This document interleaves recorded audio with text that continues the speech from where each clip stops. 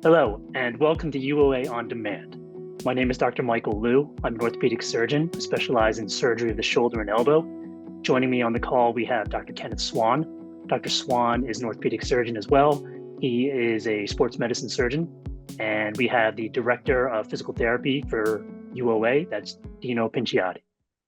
Gentlemen, thanks for coming by. So typically UOA On Demand talks about specific body parts or specific injuries or ailments that you might come to see an orthopedic surgeon for. And then we dissect that particular injury or ailment and do a deep dive from soup to nuts to talk about presentation, surgery, no surgery, rehab, expectations after recovery. And we do a deep dive to really inform patients about what they can expect. Today, though, the session is going to be a little bit different. We're going to focus only on one particular sport. That sport is taking America by storm. It's been almost doubling year over year for the past 3 years. It's one of the most popular recreational sports in America these days.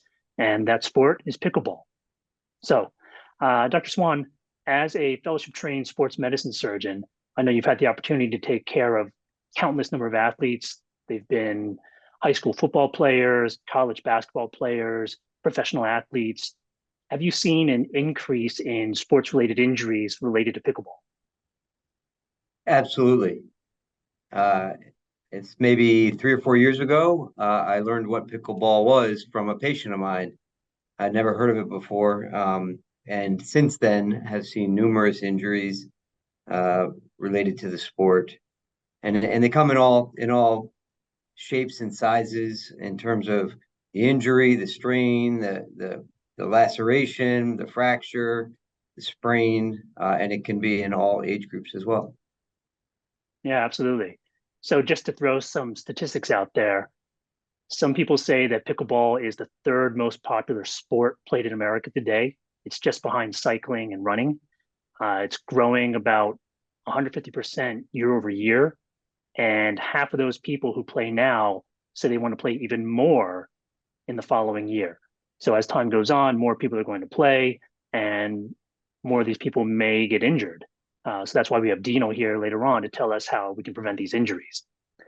Another key thing to keep in mind is that sometimes the pickleball crowd can be a little bit older. The average age, according to statistics, is about 47.9 years. So that puts these patients or these players at a different risk category for specific injuries compared to high school football players or college basketball players. So, Dr. Swan, have you seen fractures, geriatric style fractures from pickleball players? Yes, absolutely. And I think that's a very important point. This is a patient population that many of the athletes involved in pickleball are in their 60s or in their 70s. And by the way, it's a lot of fun. I don't know if you guys have played, but I have played a little bit this summer, and it really is a lot of fun. I can see why it's a craze and it's addicting. And so a lot of people are playing and playing regularly.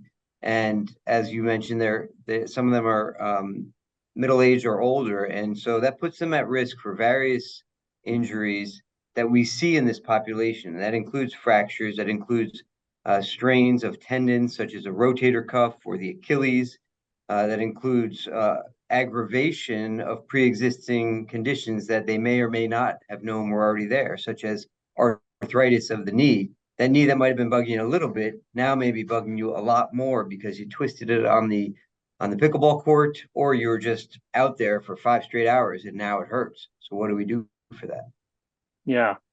And speaking with some of the spine partners in the group, they've also mentioned that patients come in with back strains or sciatica from the use of their core and the twisting on the court. So people who might have had maybe some mild low back pain before, they get a flare up and they have to be treated for that. That's exactly right. And it just goes to show that people need to be prepared to get on the pickleball court. Sometimes people aren't as active as they once were. They're weekend warriors, and they're going to get out there, see their friends having a good time, and they want to enjoy themselves as well in this communal sport, which is great. Get the juices flowing. But so, how do we prevent some of these injuries? Well, that's a great point, Dr. Lou. I think, you know, when we have these 55 and older communities that have pickleball leagues and they've taken their tennis courts and turned them into pickleball courts, these athletes are wanting to do it more often. And so what they have to have a better understanding is what their with their age and if they have any pre-existing conditions and how athletic they might feel they are, they really should get a good assessment of their musculoskeletal system to see whether there's any impairments that might be flexibility related, balance related, because a high majority of these injuries are fall, trip, and diving injuries where the pickleball player will, hit the court, and as we all know in the research, we've seen a lot of wrist injuries, and that is basically because they've fallen and fractured a wrist or strained a wrist because their balance is off or they dove for a ball.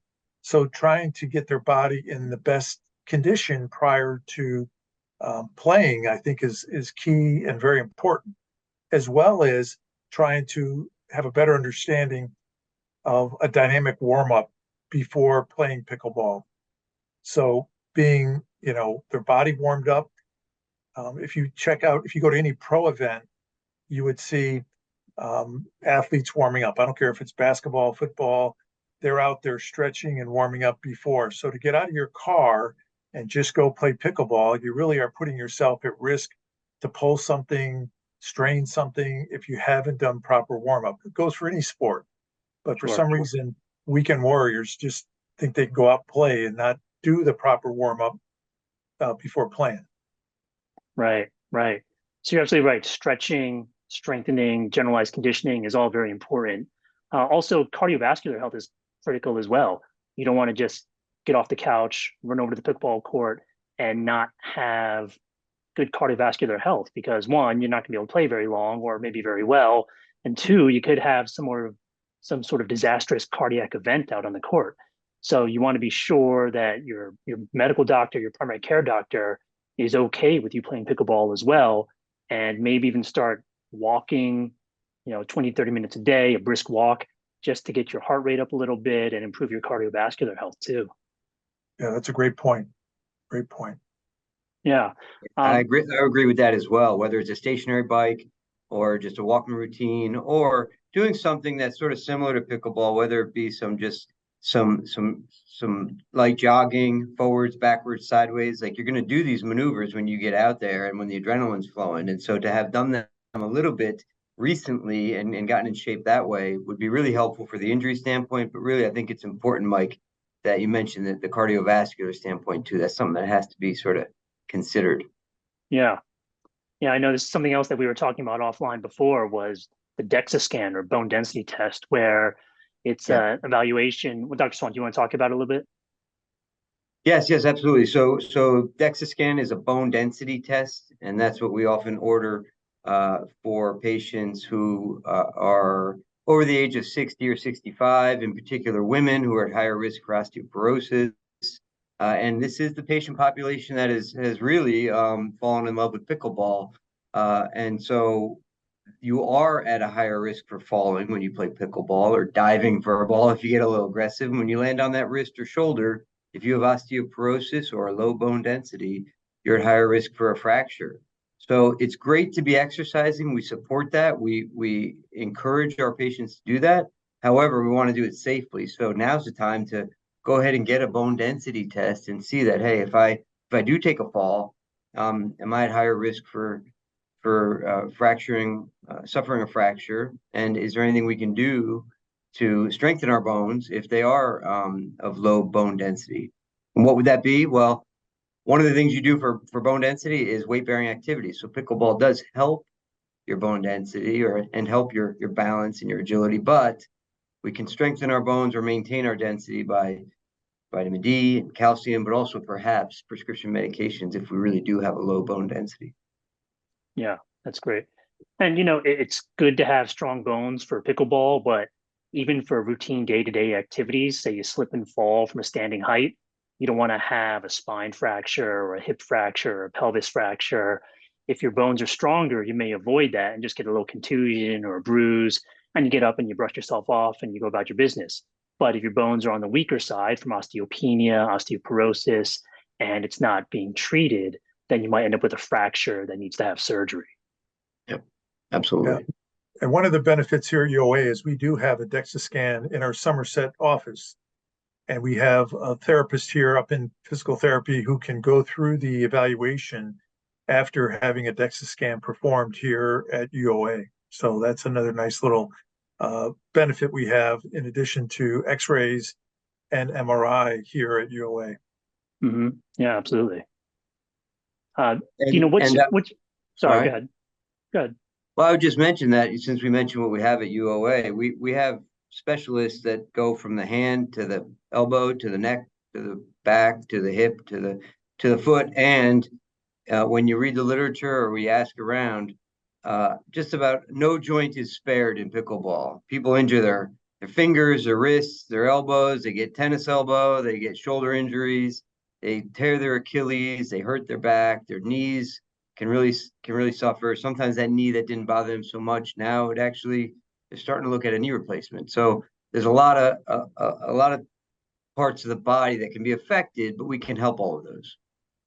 Right. So pickleball injuries or pain related to pickleball doesn't necessarily just stay on the court. That follows you at home as well. And if it's a problem, we're there to help you. Dino and his physical therapist are here to help you as well. And we can do everything we can to make you feel better, get you back in fighting shape. Do you guys have any thoughts about wearing tennis elbow braces or knee sleeves or orthotics for shoes when you're playing? Well, I think, braces can help if there is either a pre-existing condition or you're starting to have some, tendonitis in your knee. But generally what I tell patients is you have to have the strength and the flexibility in those areas.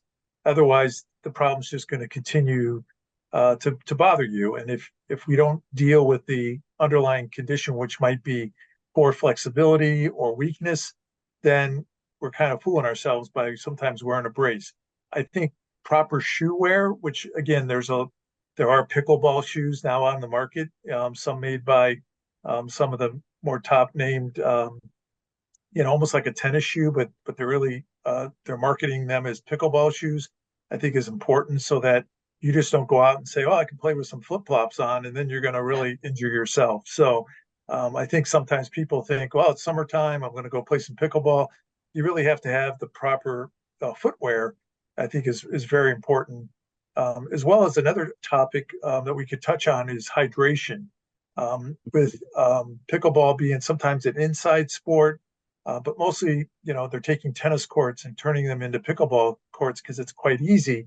You're outside, and with the hot, the humidity that we've had here all over the country, we've noticed that you have to hydrate. And giving some the pickleball players some parameters that you should be hydrating the night before you're going to play, about 90 minutes before you get on the court, and then throughout the match, having water available to make sure you stay hydrated and don't have some heat illness, stroke, or heat, getting syncope or fainting while you're playing pickleball. I think is another important topic that you have to consider. Always have water. Yeah, absolutely. Dr. Swan, I'm sure you tell your athletes the same thing when they're on the field. Absolutely. Yeah. Hydrate, not when you get there, but as Dino said, hydrating beforehand is the proper way to do it. And then, stay hydrated. Yeah. And I think another kind of preventative care measure that we can talk about would be sunscreen. As Dino said, most pickleball courts are outdoors nowadays, and it's great to be in the sunshine, enjoying the nice weather during the summertime. But you got to remember that UV index is highest in the midday. So if you're going to be out there whacking that pickleball for 3 or 4 or 5 hours, not only do you want to stay hydrated, but you want to take breaks to apply sunscreen and reapply, because as you're sweating, the sunscreen is going to become less and less effective. So you need to reapply frequently. Agreed. Yeah, great point. I think we spoke about how popular pickleball is nowadays and how it's only gaining even more ground in popularity, taking over tennis courts and quickly skyrocketing to great fandom in America. We spoke about a variety of injuries and ailments that people can experience when they play pickleball, and how these ailments can affect really any part of the body from the neck to the toes. We spoke about how people may be prompted to come in for therapy or for injections, whether a steroid injection or maybe even a PRP, a platelet-rich plasma injection for strains and sprains and ligamentous issues. Some people even go for surgery if they have an injury from a fall, like a fracture, or if they get a meniscal tear, or say they have pre-existing arthritis that flared up after they started playing pickleball. We spoke about some of the preventative measures that you can take to kind of enhance your game and get you ready for playing that weekend event, where you can do conditioning exercises beforehand. So a stretching, strengthening, flexibility program. You could do cardiovascular training just to get your heart rate up. You can speak with your primary care doctor about that. You can also get your bone density checked to make sure that you're at less risk of having a fracture if you do fall when you're playing on that hard court out there. We spoke about appropriate hydration, sun protection, footwear, bracing. But the bottom line is pickleball is a great sport. I think it's a very communal sport, gets people out there enjoying their neighbors and gets their heart rate going, and that's great. It helps with controlling their weight and helps with blood pressure issues, maybe even cholesterol issues. And I think having people go out there and enjoy themselves is an awesome thing to do.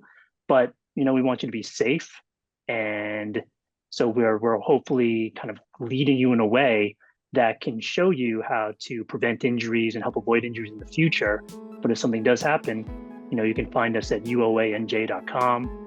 We're on Facebook, Instagram, and maybe even TikTok one day. But for now, uoanj.com if you need anything orthopedic-wise. Thank you. Thanks, guys. Thanks, Mike.